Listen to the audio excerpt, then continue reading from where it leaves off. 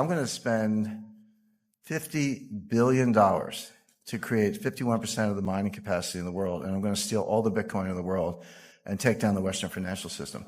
First of all, there's no such thing as cryptocurrency.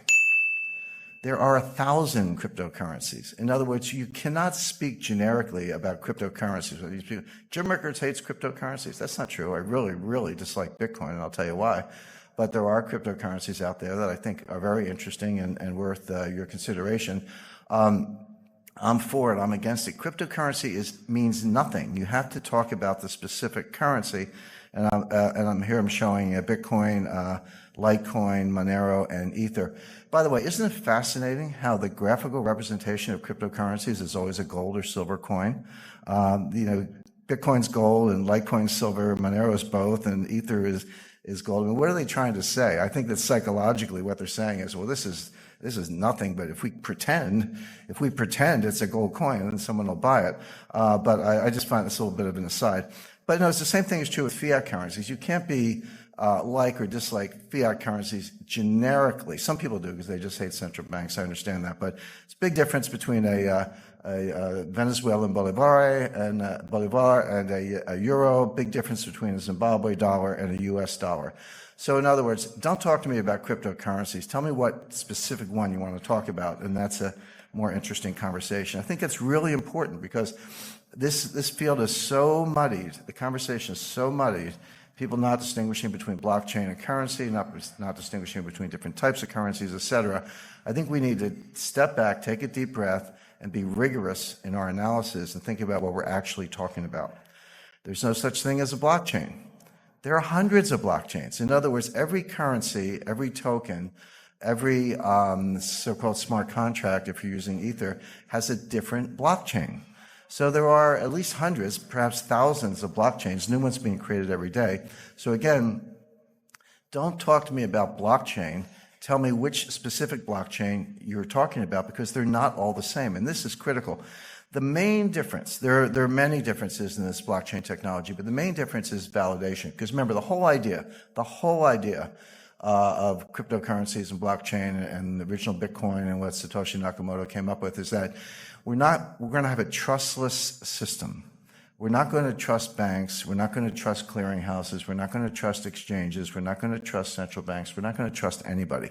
We're going to have a decentralized system that a community can validate, and we don't have to rely on anybody in particular. That was the original idea. So the question is, what's your method of validation? And that's what distinguishes one blockchain from the other. So I've listed 4 of them here, but there are others. Proof of work, that's what blockchain uses. And you know what the work is? You got to factor these, 87-digit prime numbers into prime factors. It's a lot of computer crunching, completely clunky, completely inefficient, non-sustainable. I'll talk about that in a second. But that's Bitcoin. There's something else called proof of stake, meaning this is what Ether is based on. You demonstrate that you have a certain percentage of the processing power, so you step up based on your stake. There's proof of space. Space is storage space on a hard drive, so I get to vote on the blockchain. I get to vote on validating the blockchain because I've decided to devote a certain amount of my hard drive to that process. There's a new coin called Space Mint. And then there's the Byzantine Agreement, or Byzantine Agreement. There's a version of that called the Federated Byzantine Agreement, which I personally think is the best, much more robust to some of the problems we're talking about, and there are others. But the point is, don't talk about blockchain. Say, okay, what's your governance model? What's your validation model, et cetera? And then ask yourself, is that sustainable? Is that robust? Will that resist an attack? Are your cryptocurrencies going to be stolen? These are the questions you have to ask yourself, and there are no generic answers. So I cannot emphasize enough. Coin by coin. I hate to use the word coin, whatever, token by token, blockchain by blockchain. Be rigorous and ask yourself what's sustainable. Now, Bitcoin, Ripple, and Ether, and some of these other cryptocurrencies, not all of them, but the best known are going to fail. When I say fail, they're going to, Bitcoin might have a $200 value as a token for criminals. I think criminals and terrorists might find a use case at about $200 per Bitcoin, but they're basically not going to be anywhere near where they are today. Why do I say that? I don't want to make a claim without backing it up. The first point is they're non-scalable. Transaction times are slow. And then when you say that to Bitcoin people, they go, aha, the Lightning Network is right around the corner. Lightning's going to, we'll see. They said that about segregated witness. They said that about some of these other solutions. They don't seem to get community support. They keep forking the Bitcoin, meaning one day you wake up and there's 2 blockchains instead of 1, or whatever happened to that whole idea that we weren't going to have inflation and we weren't going to pull new cryptos out of thin air. But these solutions, you have to understand what the solution is. So what they're saying is, nobody has a solution for the inherent slowness, clunkiness, non-scalability of the original Bitcoin blockchain. There's no solution for that. So when you hear about solutions, what are they? Well, what they're saying is take a bunch of transactions offline. So everybody in the room could form a group, or let's say every coffee shop in Brooklyn, New York, or every coffee shop in Vancouver could form a group. And all the people who want to buy coffee would join that group. And we would agree, so we're in our own little bubble over here, and we would agree that all of our Bitcoin transactions among each other don't go on the blockchain. They just get settled in this sort of separate cloud over here, and then we net them out.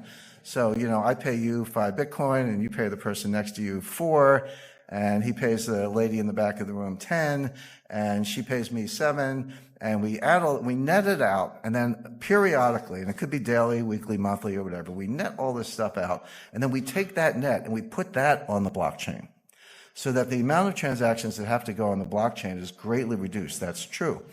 But what are we doing? We've created our own network. I got to trust the coffee shops. How do I know they're not going to steal my money? In other words, it's only a solution because you're completely negating the original idea. Well, sure, if you want to tear up the original idea and start over, that's fine. But don't tell me you're adhering to the idea of a decentralized, trustless network, because you're not. All you've done is create another network. Somebody, I get trolled on Twitter all the time. People tell me I'm an idiot and I don't know technology and all that stuff. And then my more sour moods, I tell them I was coding before they were born. But as far as some of these things are concerned, somebody said, well, you don't understand payment channels. And I actually do. And I said, yeah, I understand payment channels. We had those in the 50s. They were called party lines, which is, you pick up the phone and someone's talking. You got to ask them to get off the phone so you could go. No, there was an AT&T network, at least in the United States, but other people could jump in on this little side thing. That's all it is. These are party lines. So that doesn't work. Non-sustainable. The energy usage to solve the problem and make the proof of work in Bitcoin is now greater than the annual energy output of Ireland. Imagine taking all the electricity used in Ireland in a year, and that's how much we have to use to crunch numbers. By the way, every applied mathematician will tell you that prime factoring is a trivial problem. It's like an uninteresting problem. But it takes a lot of computing power to do it because the numbers are so big and the possibilities are so great. So we're just wasting the entire electrical usage of Ireland. In a few years, it's going to be the entire electrical usage of Japan. Who in this room thinks that governments are going to allow Bitcoin miners to use as much electricity in a year as the entire country of Japan, the 3rd largest economy in the world? That's not going to happen. It's not going to happen. It's not very green. It's completely wasteful. In other words, it can't happen. So that's why I say it's non-sustainable. It's going to hit a wall. Non-regulated, I don't have to remind you of all the frauds, new ones popping up every day. It's not just exchanges. How do exchanges work? I want to go to a Bitcoin exchange. Well, you got to go in, you got to open an account, just like Merrill Lynch or Charles Schwab, right? So, or Toronto Dominion. So you give me your name, your address, your social security number, your bank wire information, give them all that information, and then send them dollars. And they say, okay, you got some Bitcoin, here's your confirmation.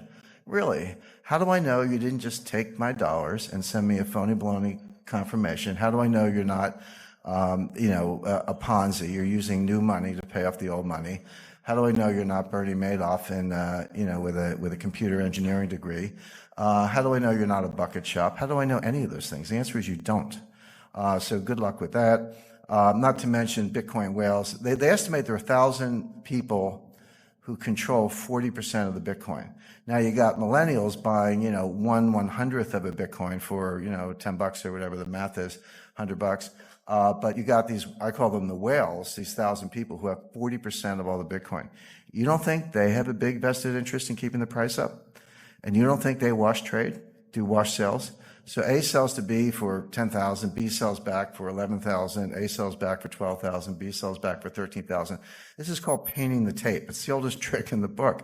And there's no profit loss because we're selling the same Bitcoin back and forth. But what we are doing is creating a ticker that gets the millennials, I shouldn't pick up millennials, 3 millennial children, but gets people all over the world, maybe a garage mechanic in South Korea took out a home equity loan or hawked his inventory, put his entire life savings into Bitcoin, and has now been wiped out and is desperate and suicidal. That's what's going on. It's basically rich people stealing from the poor. Not a good business model, in my view. And then finally, there's no use case other than criminals, terrorists, or tax evaders. Why is Bitcoin better than Visa unless you're a criminal? Now, if you're a criminal, I get it. If you're buying child pornography, you want to use the dark web and use some cryptos and all that. And if you try doing that with Visa, you'll probably get a call from the FBI. So I understand why it's good for criminals. But if you're not a criminal, if you're not a tax evader, if you're not buying child pornography, if you're not an arms dealer, if you're not a terrorist, then why is Bitcoin better than Visa? There's really no use case for it other than crime. And then it's not elastic. And this is important because there's a finite number of Bitcoins, 21 million Bitcoin. They're getting closer to that level every day. And everyone's like, this is a good thing because, the problem with central banks is they print all this money and we're going to have inflation. By the way, we haven't had any inflation for the last 8 years. Separate issue. I'll come to that if we don't run out of time. But, we hate central banks. They print too much money, blah, blah, blah. So we're going to cap the number of Bitcoin. But money supply has to be elastic. It can't be too elastic. The problem with central bank money is that it's too elastic.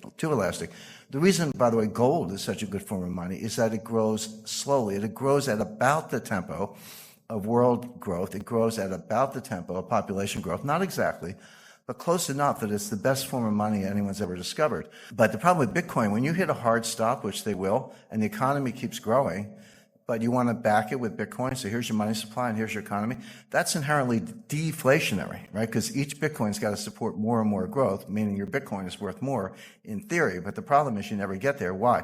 Because if you have a deflationary currency, there's no bond market. The money supply grows based on credit, based on loans, based on various forms of borrowing. The money supply is just a foundation. And the economy grows with credit. Nobody wants to borrow in a form of money that's going to be more expensive when you pay it back. I'm not talking about interest. That's always part of the equation. But I'm saying the money itself is worth more when you have to pay back the loan. No one's going to borrow on that loan. Therefore, no bond market. Therefore, no viable form of money. So these are all the reasons why this is going to hit the wall. Jim Rickards emphasizes that discussing cryptocurrencies and blockchain technology requires specificity rather than broad generalizations, as there are many different types with distinct characteristics. He argues against treating them as a single category, much like how fiat currencies vary significantly in quality and stability. Regarding Bitcoin specifically, Rickards predicts its eventual failure, potentially retaining only minimal value for illicit transactions. He bases this on several critical issues.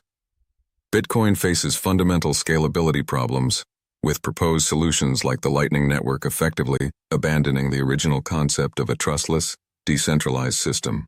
The energy consumption required for Bitcoin mining has become unsustainable, currently exceeding Ireland's annual electricity usage and projected to reach Japan's consumption levels, a scenario Rickards believes governments won't allow. Rickards points out the cryptocurrency's vulnerability to manipulation, with a small group of whales controlling a significant portion of Bitcoin. He describes practices like wash trading, where these large holders create artificial price movements that can harm smaller investors.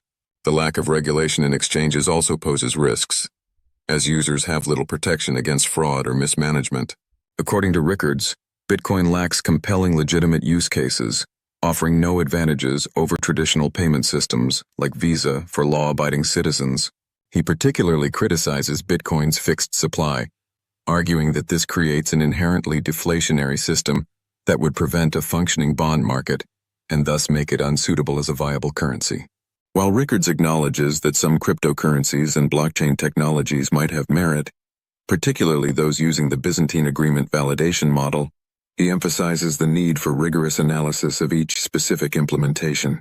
His overall message suggests that while blockchain technology and certain cryptocurrencies may have potential, major cryptocurrencies like Bitcoin face fundamental challenges that will prevent their long-term success as legitimate currencies or payment systems.